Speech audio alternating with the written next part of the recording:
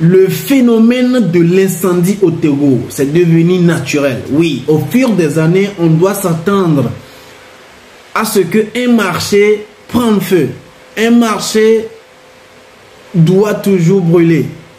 Il doit y avoir incendie dans un marché, dans un de nos grands marchés au Togo. C'est devenu naturel. On n'arrive pas à comprendre pourquoi est-ce que cela arrive au fur des temps. C'est ce que j'aimerais décortiquer. Qu'est-ce que ça profite à nous, la population? Qu'est-ce qu'on est en train de perdre? Le retard que ça accumule, la perte que ça occasionne à la population. Et je ne sais pas pourquoi notre gouvernement, nos autorités n'arrivent pas à trouver solution à ça. Ça fait 4 fois dessus, ou je ne sais pas plus que ça, je ne sais pas.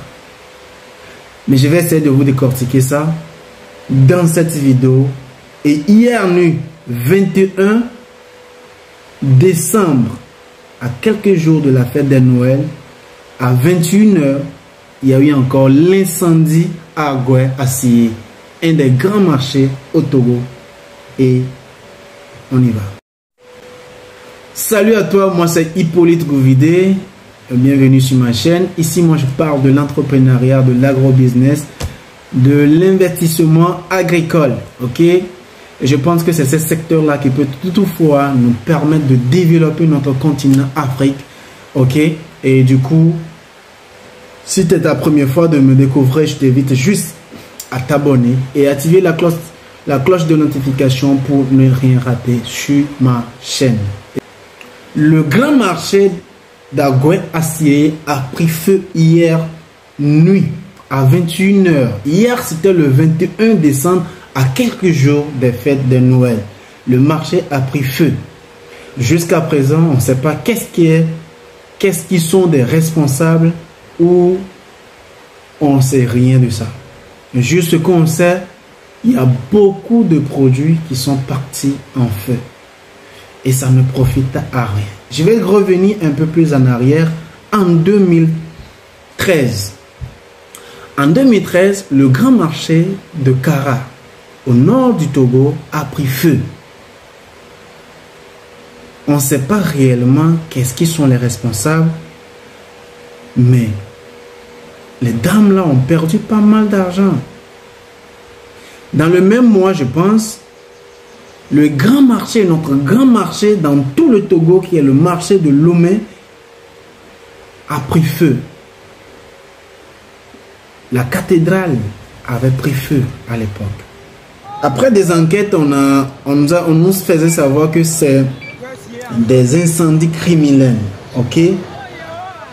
Que on avait effectivement, ça avait causé des arrestations, on avait arrêté certains militants, ok? Et des responsables de l'opposition. Vous comprenez cela? C'est-à-dire, c'est rentrer dans la politique. Ok? Et certains inculpés, les gens qu'on a pu doigter, les gens qu'on a pu incarcérer, on les a dit qu'on les a mis derrière les barreaux.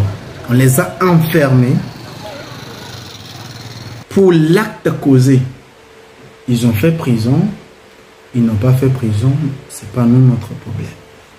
Ce que moi j'aimerais dire dans cette vidéo-là, brûler les marchés, c'est devenu naturel. Ça fait 2 cas que je viens de citer tout à l'heure.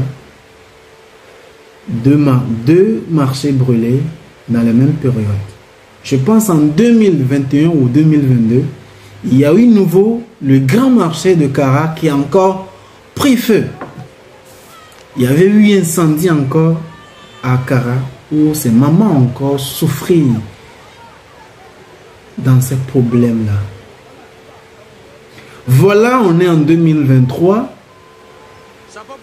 On va rentrer dans 2024. Le grand marché d'Agoué à Siyé prend encore feu. Donc vous voyez que ça fait déjà 4. On ne comprend plus rien. Ce qui arrive, c'est comme si brûler un marché au Togo, c'est devenu naturel. Que tout le monde, il prend la chicha ou je ne sais pas trop qu'est-ce qu'ils prennent. Tout le monde s'est permis maintenant, à un temps donné, d'aller brûler un marché. Et c'est devenu naturel que durant des années qui passent, on doit s'attendre qu'un marché soit brûlé. C'est un phénomène qui est devenu naturel. Je ne sais même pas. C'est devenu, je ne sais pas. C'est pas normal. C'est devenu... On doit mettre ça dans nos têtes. Je ne sais pas quelle est leur prochaine cible. On doit s'attendre encore dans les années à venir ou dans les mois à venir, un autre marché qui peut toutefois prendre feu, qui peut toutefois être incendié. Et je ne sais pas comment est-ce qu'on arrive pas en fait à régler ce problème-là. Je ne comprends pas pourquoi est-ce que brûler un marché est si nécessaire. Pourquoi l'opposition devrait-il attaquer uniquement des marchés pour toucher le gouvernement? Moi, je me pose personnellement la question. Pourquoi est-ce que l'opposition devrait faire cela? En quoi cela est-il profitable pour l'opposition? À qui il cherche à faire du mal? On prend des millions pour construire quelque chose de bien pour la population, mais un jour et quelques heures, on se permet de détruire tout pour faire du mal à qui? Les gars, les vrais perdants dans l'histoire là, c'est nos mamans qui sont au marché, c'est nous les entrepreneurs que ça impacte au fait. Ce n'est pas le gouvernement qui a mal, ce n'est pas le gouvernement qui va se plaider, non, c'est nos mamans. Regardez comment ces mamans-là pleurent de cris. Parce qu'elles voient leur argent brûler, elles ne peuvent rien faire. Pourtant, le feu, quand tu rentres dedans, c'est autre chose, mon ami. Tu vas te faire brûler, c'est toxique, c'est toutes les choses qui est là-bas que tu ne peux pas contrôler. Tu veux oser dire que tu veux sauver tes marchandises, tu risques de partir avec tes marchandises. Et notre secours, les sapeurs-pompiers ont pris du temps pour pouvoir arriver sur le lieu. Et ils n'ont pu rien faire. Ils n'ont même pas sauvé quoi que ce soit. Tout le marché est rendu ensemble.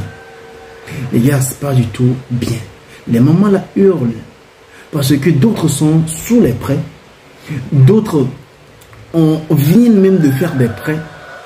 Et pour commencer à payer tous ces frais-là, ce n'est pas la joie pour eux. Les gars, c'est très difficile. Je ne sais pas pourquoi est-ce que on va chercher à faire du mal à notre gouvernement en brûlant les marchés et c'est devenu naturel. Quand on ne peut pas arrêter. Non. Il y a plus difficile que ça de dire non, on peut ouvrir des enquêtes sérieusement sur ce dossier et trouver des coupables et arrêter ce phénomène qui est devenu naturel au Togo. Non. Honnêtement, ça me cœure. Les mamans là ne pleurent pas ce qui est en train de brûler, mais ils regardent au fait autour d'eux les gens qui comptent sur eux pour pouvoir manger. C'est ce qu'elle va pour faire pour que toute la famille puisse trouver quelque chose à bouffer. Et tout ça là, ça nous ramène derrière. C'est-à-dire, on va devant, on va derrière. C'est-à-dire, tu ne vas pas voir un entrepreneur en flèche au Togo. Il doit aller un peu tomber, remonter, tomber. Et on est dans ça. On n'arrive pas à être au top parmi les entrepreneurs en Afrique. On doit vraiment faire un effort pour monter les choses, les gars. Ça m'écoeure honnêtement, les gars. Combien de mamans au marché là-bas sont assurées? Combien sont-ils? Parce que le pays va mal pour parler de l'assurance. L'argent à les verser ou à les payer par an à l'assurance pour couvrir au cas où tu as un problème, c'est très peu de mamans ou très peu d'entreprises dans le marché là et on fait ça. Donc la majeure partie de ces mamans ou de ces entrepreneurs qui sont dans le marché là vont même pas se faire rembourser. Donc tout est parti en feu. C'est de chercher encore de l'argent et relancer son business. Vous voyez combien de fois le temps que cela va prendre, le temps, l'énergie, la force que tu as mis, la détermination, tout ce que tu as mis là-dedans pour être à ce niveau, vous voyez que ça va complètement revenir à zéro. Et il faudrait maintenant passer par des prêts. Même d'ailleurs, tu es déjà sous les prêts, relancer les choses jusqu'à être au niveau que tu es. Ça va te prendre du temps. Et d'autres piquent des crises, ce n'est pas pour rien. D'autres tombent, d'autres succombent à cause de quoi? Quand ils réfléchissent au fait sur la famille, les gens comptent sur moi pour manger, les gens comptent sur moi pour réussir. Me voilà à zéro. Comment je vais pouvoir me relancer à nouveau? C'est pas facile au fait. Bâtir son entreprise et être à un niveau et revenir à zéro. Pour se relancer, ça prend du temps. Et combien de temps le marché là va prendre, le temps que ce marché va prendre pour qu'on reconstruise complètement le marché là, pour que tu recommences à nouveau à revendre. Les gars, c'est la population qui perd en quelque sorte. C'est nous qui sommes des perdants quand on brûle des marchés comme ça. On perd beaucoup. C'est énorme ce qu'on perd. Donc on doit supplier en quelque sorte à nos autorités, supplier au fait à nos gouvernements, nos grands du pays, à pouvoir trouver, à ouvrir de vraies enquêtes pour pouvoir arrêter ce phénomène qui est devenu naturel. Incendier les marchés qui est devenu naturel. Donc on ne sait pas quelle est leur prochaine cible, les gars. On ne sait pas. On ne sait pas. Donc du coup, il faudrait qu'on supplie au gouvernement de faire un effort et arrêter cela. Et essayer d'aider ces mamans-là à se relever aussi. C'est pas facile, les gars. C'est pas du tout facile. En cherchant à faire du mal aux autorités, aux grands du pays ou à notre gouvernement, on finit par nous-mêmes, nos mamans, nous les entrepreneurs qui sont en fait plus concernés. Et tous ces milliards dépensés par l'État pour encore reconstruire ce marché-là, on pouvait toutefois prendre cet argent-là, ouvrir d'autres activités, ouvrir d'autres portes d'ouverture pour certains jeunes à pouvoir se lancer, à pouvoir trouver du travail. Combien de diplômés on a au Togo, mais on n'arrive pas à travailler. Nous sommes beaucoup. Et ce n'est pas tout le monde qui est fait au fait d'être entrepreneur. Être entrepreneur, ça demande beaucoup de choses. Et d'autres veulent juste travailler, nourrir sa petite famille, ça va pour certains. Ils ne veulent pas vraiment se fatiguer la tête. Et c'est de la même manière, ces faits-là comme ça devaient nous conscientiser à travailler plus en ligne, à utiliser plus les réseaux sociaux pour pouvoir vendre nos produits. En fait, c'est des cas comme ça qui m'ouvrent la tête, au fait, à dire, hey, c'est pas seulement au marché que je vais pouvoir vendre mes articles, je vais pouvoir vendre mes produits. Je peux ouvrir mes choses via mes réseaux sociaux, via tout le monde qui peut trouver me connaître de par ce que je suis en train de faire pour vraiment vendre sans toutefois s'implanter au marché. Donc actuellement, c'est comme le phénomène est devenu naturel. Quand tu ouvres ton entreprise physiquement dans un marché, tu n'as pas le cœur, tu ne dors pas. Oh, les gars, quelle activité que tu vas faire sans toutefois dormir et tu seras en paix? Jamais. Ça, c'est pas une vie. C'est suicide alors.